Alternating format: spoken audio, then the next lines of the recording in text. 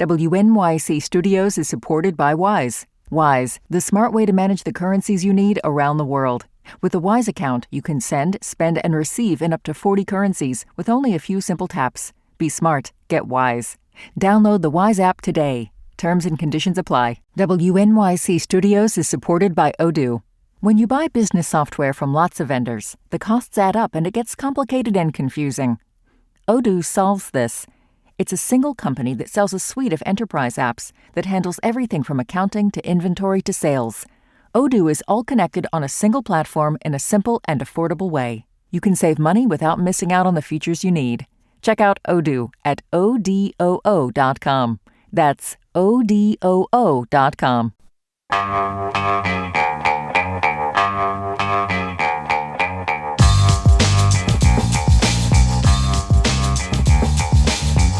It's the Brian Lehrer Show on WNYC. Good morning again, everyone. Hey, Kai Wright is back with us. WNYC listeners will know him from his years here, most recently as host of Notes from America and Season 3 of the podcast Blind Spot.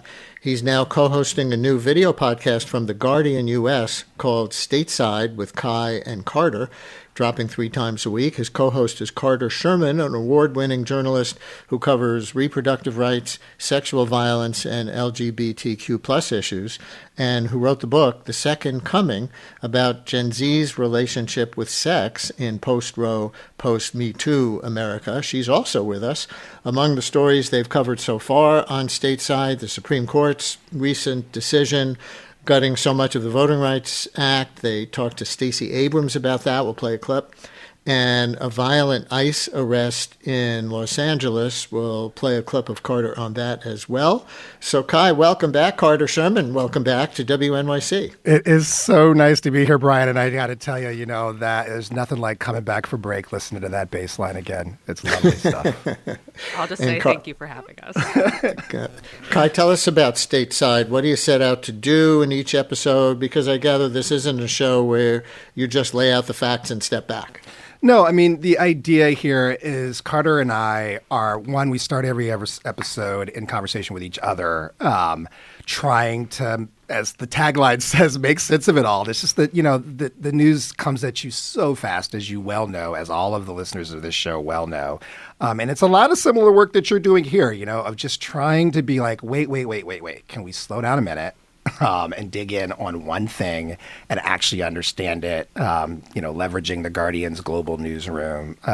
Carter, you like to say, also you talk about this, just the way that so much of YouTube, where we're at, the space we're in, is filled with less productive conversations. It's a lot of influencers spouting off on opinions and not really providing as many facts. And I think for me, one of the things I'm so excited about is that we do get to bring this very well-resourced newsroom to YouTube and expand the Guardian's reporting into this new format. Yeah. Cool. Carter, by way of introduction for listeners who may know Kai's work much better than yours, what would you say are the questions that animate you as a journalist and what you were talking a little bit about what drew you to this project, but how does it connect, let's say, with your book, The Second Coming, about Gen Z's relationship with sex in, post-Roe, post-Me Too America, or any other way you want to describe what animates you as a journalist? Yeah, thank you for that question. It's a great one. I think one of the main animating forces for me as a journalist is understanding what people who are not in the White House, in the corridors of power, are going through. What does it mean for these decisions to be made for them, and how does it feel for them? And I think that's one of the things that I was really excited about for a recent episode of Stateside that we did that you mentioned, where we spoke with a young man who had been violently arrested by ICE, because I really feel like it's so important to spotlight these people's experiences and show people what it's like on the ground in the United States, especially today, because so much is changing so quickly and oftentimes for the worse in the United States. Kai, I see you interviewed Stacey Abrams about the Supreme Court's recent voting rights decision. Let's play about a minute and a half of Stacey Abrams from that episode. Here we go. I think it's important for us to resituate where we are in this conversation. Mm-hmm. This is no longer a battle of Democrats versus Republicans. This isn't red versus blue. We're in a competitive authoritarian state. And in competitive authoritarianism, democratic institutions, small d democratic, those institutions become the weapons of authoritarianism because you hollow out what they mean, you compromise their accountability, you erase their legitimacy by using the very laws that people have come to accept as the tools for governance. And the reason this matters is that winning in Tennessee was never going to be about stopping the maps. They are going to do this. We have got to accept that. The answer, though, is what do we do in response? We have to respond using the courts. Even if the courts do not rule in our favor, we still have to fight in the courts. We do it at the ballot box because in Tennessee, because they have fractured these districts, they are likely to win. Absolutely. But they now have created 3 new opportunities where they have fractured communities and said, we're going to scatter these seeds. Our job is to grow. Our job is to use the scattering and say, okay, fine, you took the one we had. Well, now you've given us 3 opportunities to come back. Stacey Abrams, the former Georgia state senator, who's definitely got a national profile in the area of voting rights advocacy and some other things. You know, that clip surprised me a little, Kai, because her argument is essentially keep fighting in the courts, even when the courts rule against you, as well as, maybe more intuitively, keep fighting at the ballot box, even as the districts get redrawn. But it certainly sounds like she's trying to fight against hopelessness, that especially black voters and especially black voters in these districts that are being destroyed might feel right now. Yeah, I mean, quite frankly, the reason I wanted to talk to her was my own hopelessness. And she is someone who, as you point out, you know, I have covered her work on voting rights for a long time. So I wanted to speak with somebody who could say, okay, what's the hands-on response here? You know, how do we get past wringing our hands about it? And I think, Brian, the piece of that there were 2 pieces of that I thought were really useful for me. One was her opening point of like just the framework that we are now in a place as a country where the state has been weaponized against democracy. And that's an important mental shift that I think a lot of Americans have to make, where we're still in this space where we're always like, oh, well, you know, we have these institutions, they're going to function, we just have to wait for the next election. And what she's trying to tell us is that we live in a place now, that's that competitive authoritarianism, where like an authoritarian regime has weaponized the state and its institutions against democracy. So that's just an important starting place to understand it. But then the more hopeful piece of it that I did think was useful because it was concrete was to think the courts part. I don't know. I find it hard to take faith in that. But the piece where she says, okay, well, listen, you know, we've been here before historically, and yes, it's hard. But what they have done in fracturing the black vote out of one district is create a 33% black vote in 3 districts now, you know, and so this is now coalition politics. You have to now, the work is to convince non-black voters in those districts, whatever they are, that we are no longer in a conversation about Republicans and Democrats, that we're in a conversation about fundamental rights as Americans, and can you ally with us so that we can change this? And then we can get back to a conversation about Republicans versus Democrats, you know? So I found that like a useful framework, that the work here at this point, like it or not, is coalition building and trying to get that number in those districts. And this is now in Tennessee from 33% to 50% of people who say, I'm not okay with the state weaponizing itself against democracy, you know? Yeah, interesting. Yeah, some people call that the risk of dummy mandering, creating these new districts that may, in some cases at least, wind up backfiring on mostly the Republicans, but whatever party does it, because you put all these Democrats into what was a safe Republican district, as you were describing, and then maybe that 1/3 starting out can build up to a coalition of 50%. Carter, I wonder if you have any thoughts on that phrase. I know it was Kai's interview, but competitive authoritarianism. This is the second time in the last week that phrase has come up on the show. Andrew Morantz from The New Yorker cited it in his article about the defeat of Viktor Orban in Hungary. I forget who he said coined it, competitive authoritarianism, to describe what they had in Hungary, what he had instituted, which was kind of like how Kai was just describing it. You know, yes, it's competitive. You can lose an election, as he did, but he had built up so many state institutions that made that harder and that worked against democracy in other ways that didn't just have to do with the ballot box. So I'm just curious if that's been a thought-provoking concept for you, competitive authoritarianism. Oh, absolutely. And I think that this was a phrase I frankly did not know until Trump came back into power last year. And I started thinking about these questions of, okay, are our elections free? Are our elections fair? And I think that really it's incumbent upon Americans to think about this question also in a historical context. Like, do we think that elections throughout American history have been free and fair? And the answer, as I think Kai would agree with, is not really, not often. And one of the things I really appreciated about the conversation, Kai, that you had with Stacey was that you guys were talking about this history and bringing listeners, viewers into this space where they can understand, okay, this is not unprecedented. This moment, versions of this moment have happened before in the past. And guess what? People have gotten outraged and people have made change. It is possible to improve from this moment. And I think that that was really important, at least for me to hear, because frankly, if I feel hopeless or not optimistic, then I hear someone like Stacey Abrams talking, and I'm like, wait, what right do I have to be pessimistic in this way? But it also reminds me of, so another conversation Carter and I had on the show is that aired yesterday about reproductive justice and the fact that there are so many. The point is, there's so many things that are that this particular regime wants that are deeply, deeply unpopular. Undemocratic. And undemocratic. And that the only way, as you were explaining it to me, Carter, the only way that they can achieve the wide restriction of abortion rights that they want is through deeply undemocratic means. Right, because most Americans do support some degree of access to reproductive rights. And so if you're someone who is in the anti-abortion movement, if you are someone who's in the anti-abortion movement, if you believe that abortion should be banned, you have to resort to undemocratic means to make that goal real. And I think this is one of the things that I've been really enjoying about the show, Kai, is that we both have a lot of opinions and a lot of takes.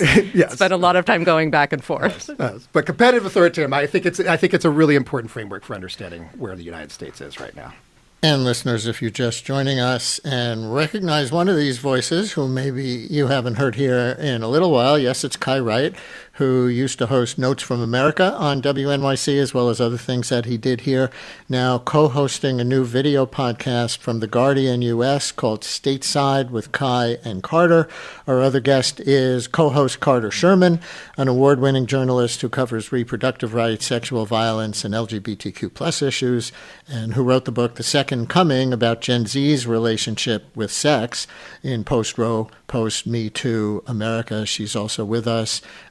Anybody want to react to anything you're hearing so far? We're going to play another clip from their new podcast on another topic coming up, but our lines are open if you want to call or text 212-433 WNYC 212-433-9692.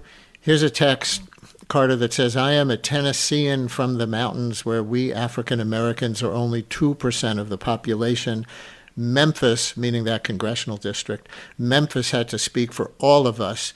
It's a much greater loss to this black 77-year-old and my neighbors than the nation has realized. I mean, that is just devastating to hear. And I want people in this country to have a voice. I want people in this country to feel like their vote matters. And it's so upsetting to me as someone who believes in the promise of the United States that people don't feel like that is the case anymore and that their government is working against them to undermine democracy, as Kai has pointed out.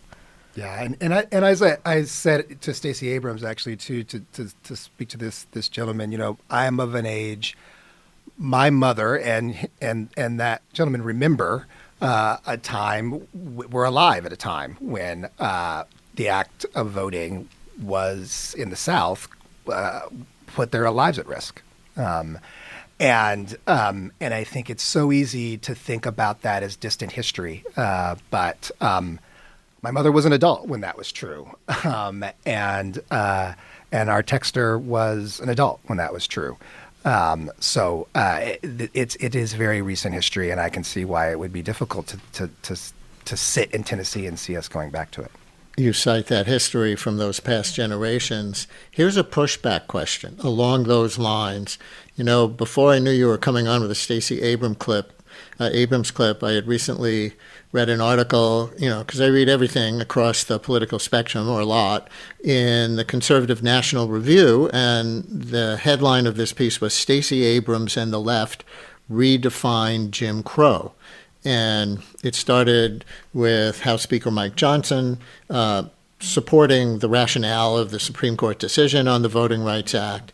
And then they quote Stacey Abrams saying of Johnson, he's saying it brings back 1964, 1963, 1892. And then the article says that she listed many ways in which Black Americans were disenfranchised in the past: poll taxes, literacy tests, and the grandfather clause, in which one could bypass racial voting restrictions if one's ancestors were allowed to exercise the franchise prior to the Civil War. And the article says each of these obstacles has been demolished, and some might say that constitutes progress, not Abrams, who says, quote, what Johnson is celebrating is the return of Jim Crow to the South. So I think what National Review's writer is doing there is saying, at very least, a lot of white Americans and maybe some other Americans are going to be put off by the rhetoric that says this isn't just aiming for a race-neutral solution for discrimination, but that somehow it puts us back to Jim Crow, which he argues it doesn't, and is a rhetorical overreach. Any reaction? I think what the National Review writer is doing there is trying to have his cake and eat it too. So all the laws, all the things that made that progress that we all can agree on. Absolutely. The Voting Rights Act was one of the most successful laws in the history of American laws. I was trying to do these numbers off the top of my head. Forgive me if I fudge them a little bit, but just before the Voting Rights Act passed in the state of Mississippi, black voter registration was under 5%.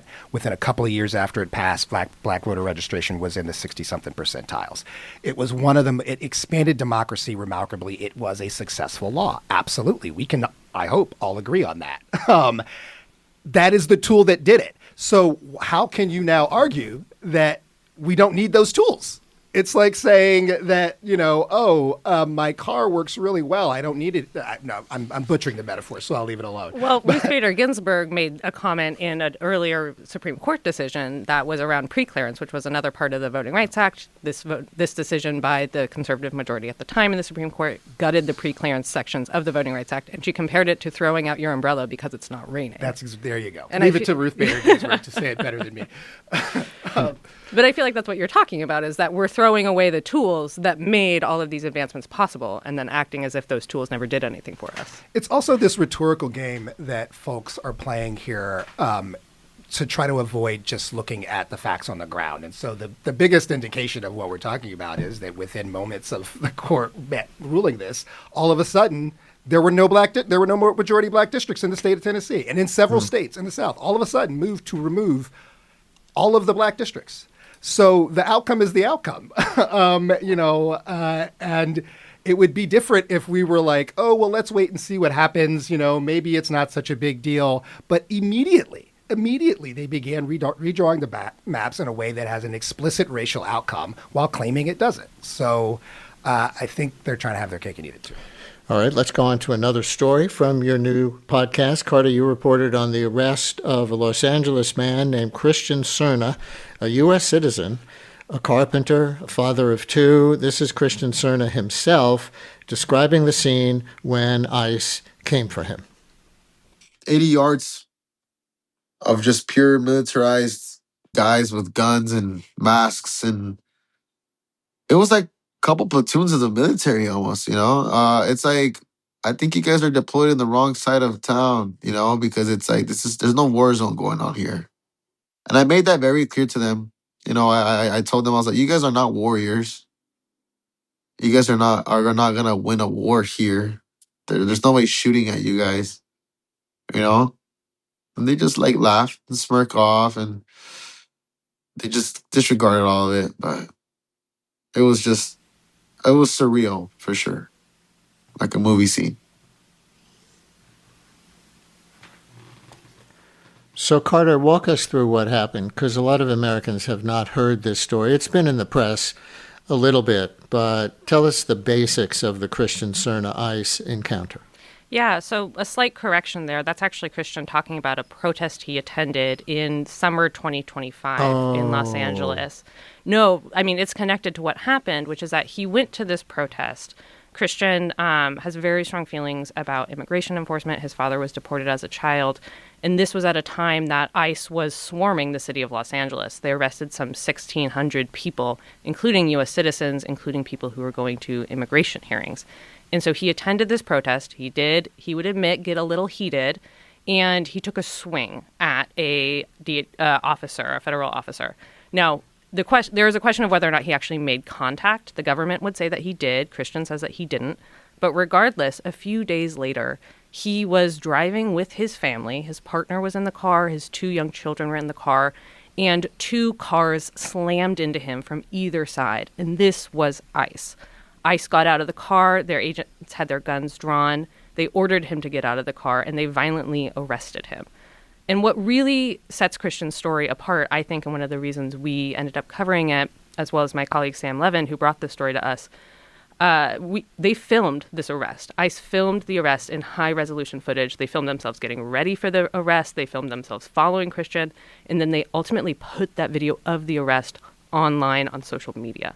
And so they effectively used him as propaganda.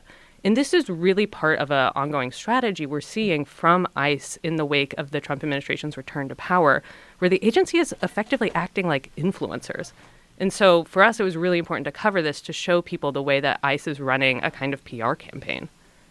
So the incident was last year, but is it that the video just recently got released? It is that Christian's court case has finally finished, and he was able to speak to Sam and to speak to us publicly about what had happened. Because as all of this was going on in the courts, obviously lawyers tend to say, don't talk to the press. And how did it resolve?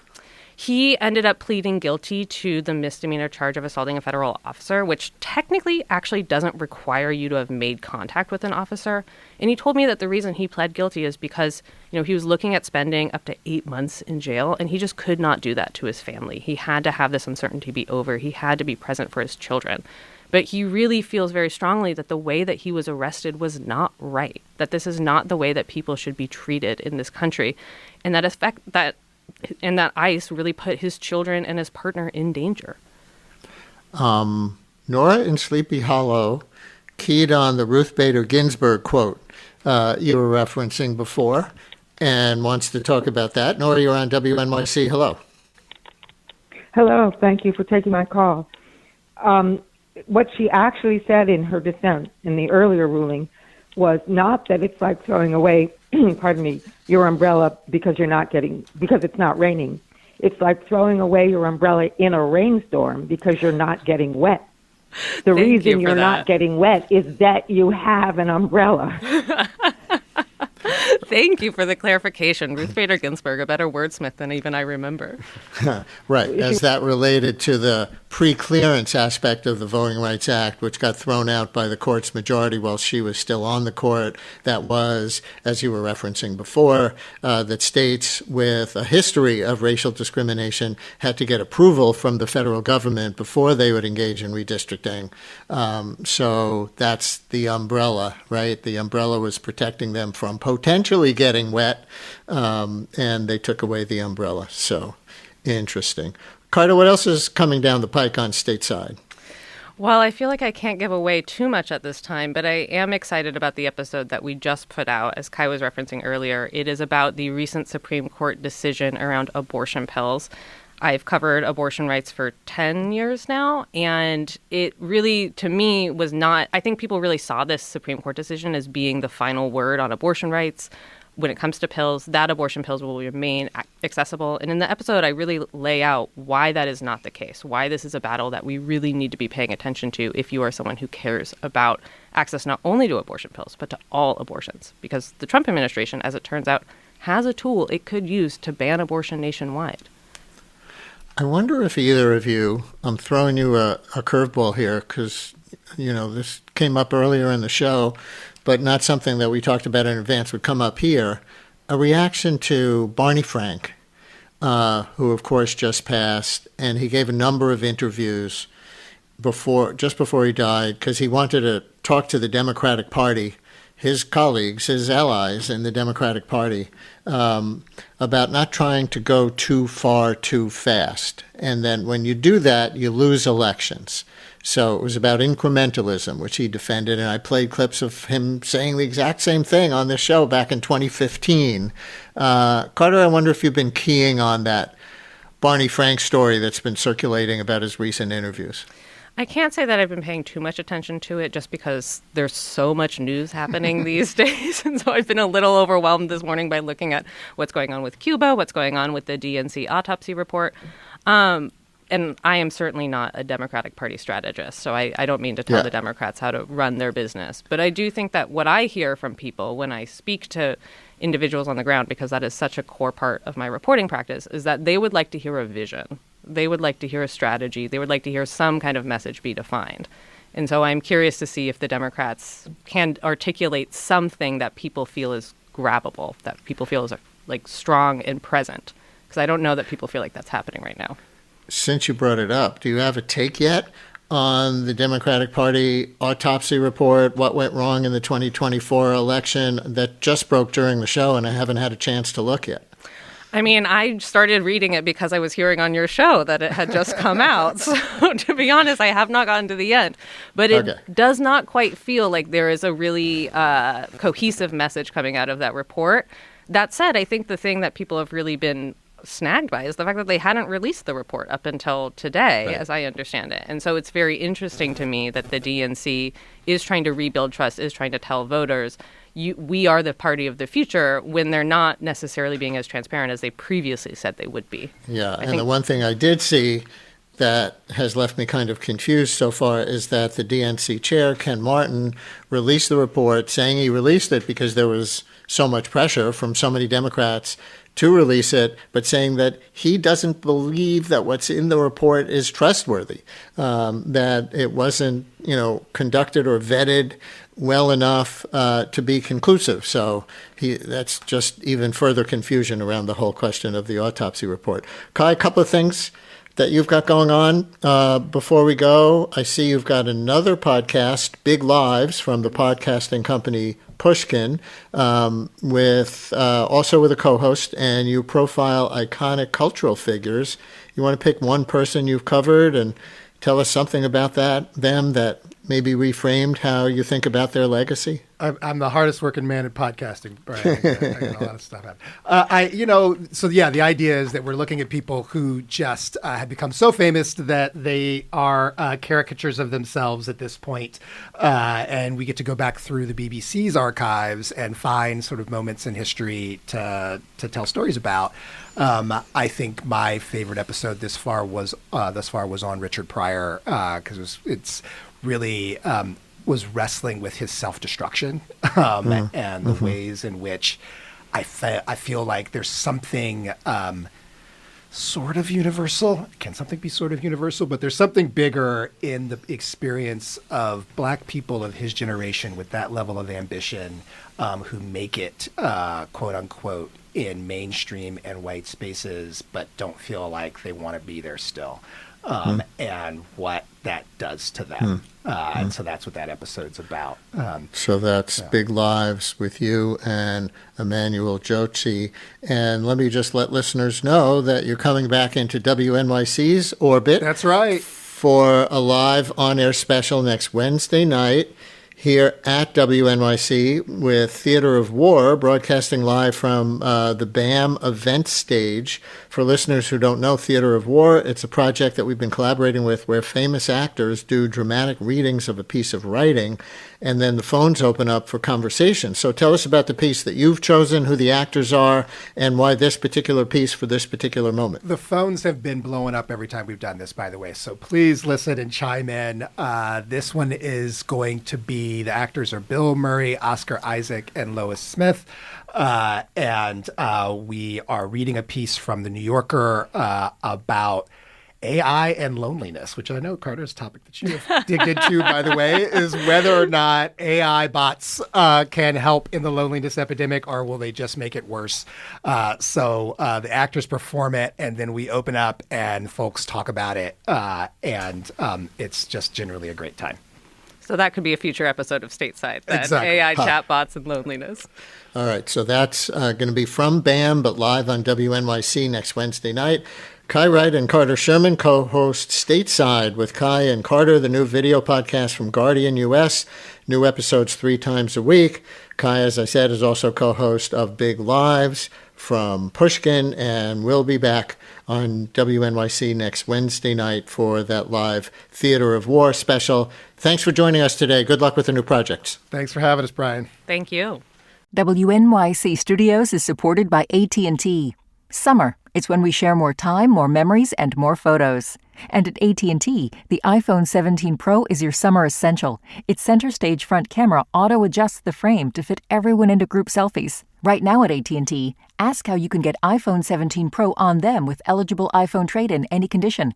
Requires trade-in of iPhone 15 Plus or higher, excluding iPhone 16e and 17e. Requires eligible plan. Terms and restrictions apply. Subject to change. Visit att.com/iPhone or visit an AT&T store for details. WNYC's journalism and storytelling is heard by millions of passionate listeners. Sponsors of our programming gain our listeners' attention and their respect. Learn about how your organization can support WNYC and WNYC Studios at sponsorship.wnyc.org.